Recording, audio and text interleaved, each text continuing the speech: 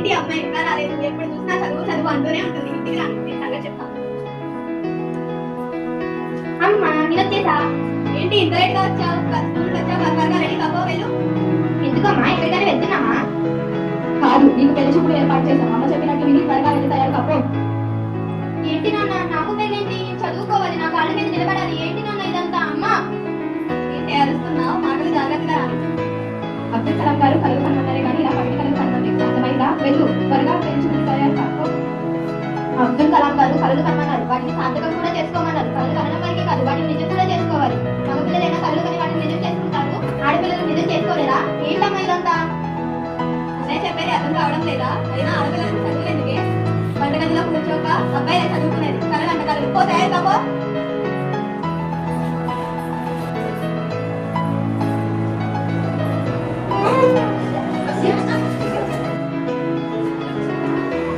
Hello teacher.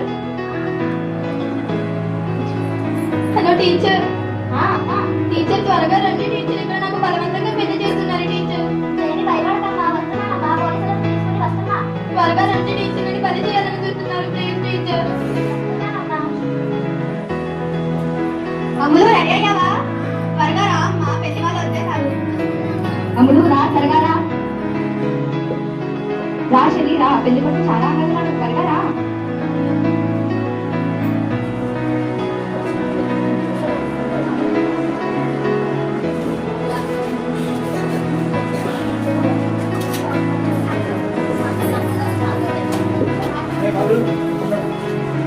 అమ్మా ఒకసారి అబ్బాయి వైపు చూడు.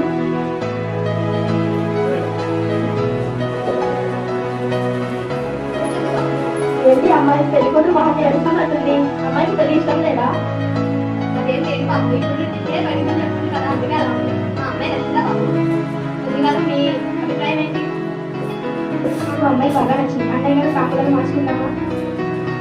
సరేనమ్మా, మార్చుకుందాం.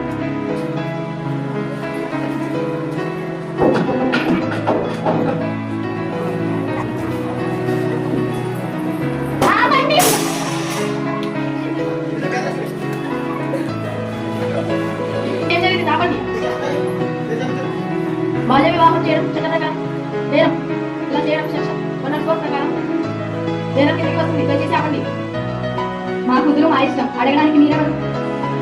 18 సంవత్సరాలు నిండకుండా ఆడపిల్లల్ని పెళ్లి చేయకూడదు. పెళ్ళేంటి పెళ్లి? ఆడపిల్లల్ని చదివించుగా, అవసరమైతే నేను చదివించుతాను. నీవే నీకు పెళ్లి ఇష్టం లేదా? నాకు ఇష్టం లేదమ్మా ఈ పెళ్లి, నేను చదువుకోవాలి, అర్థం చేసుకోండి. అయితే వాళ్ళతోనే పో, మా ఇంటికి మళ్ళీ తిరిగి రాకు.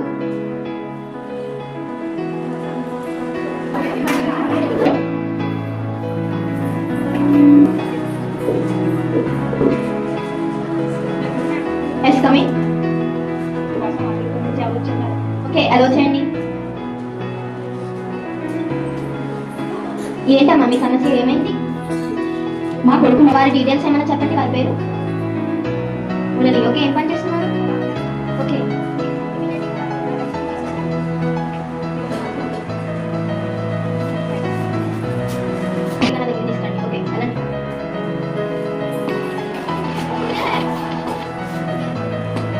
మీ పేరు మురళియేనా?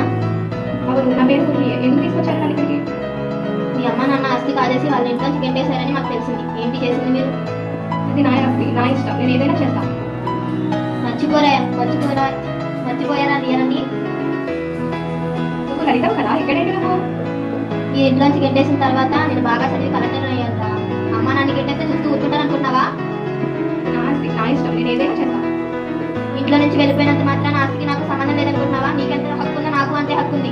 నువ్వు ఇంట్లో నుంచి కంటే చూస్తూ కూర్చుంటాననుకున్నావేంటి? ఎవరు లేదనుకుంటున్నావా? నువ్వు ఇంట్లో నుంచి వెళ్ళిపోయావు, నీకు అసలు సంబంధమే లేదు. ఇప్పుడు నువ్వు ఆస్తి రానన్న మధ్యన ఇవి తీసుకెళ్ళి జైల్లో వేసేయండి. అమ్మ నీ ఆస్తిని కొడుకు తిరిగి ఇచ్చేసాను, కాకపోతే జైల్లో ఉన్నాడు. 2 రోజుల తర్వాత తిరిగి వచ్చేస్తాను. ధన్యవాదాలు. అమ్మ నేను ఎవరు గుర్తుపట్టేనా? నీ పేరేంటమ్మా? లలితమ్మా. నీ నువ్వా? అవునమ్మా నేనే. మీరు ఇంట్లో నుంచి గిట్టేసిన తర్వాత చదువుకుని కలెక్టర్ అయ్యానమ్మా. నేను ఇంట్లో నుంచి గిట్టేసి చాలా పెద్ద తప్పు చేశానమ్మా, నన్ను క్షమిస్తాను.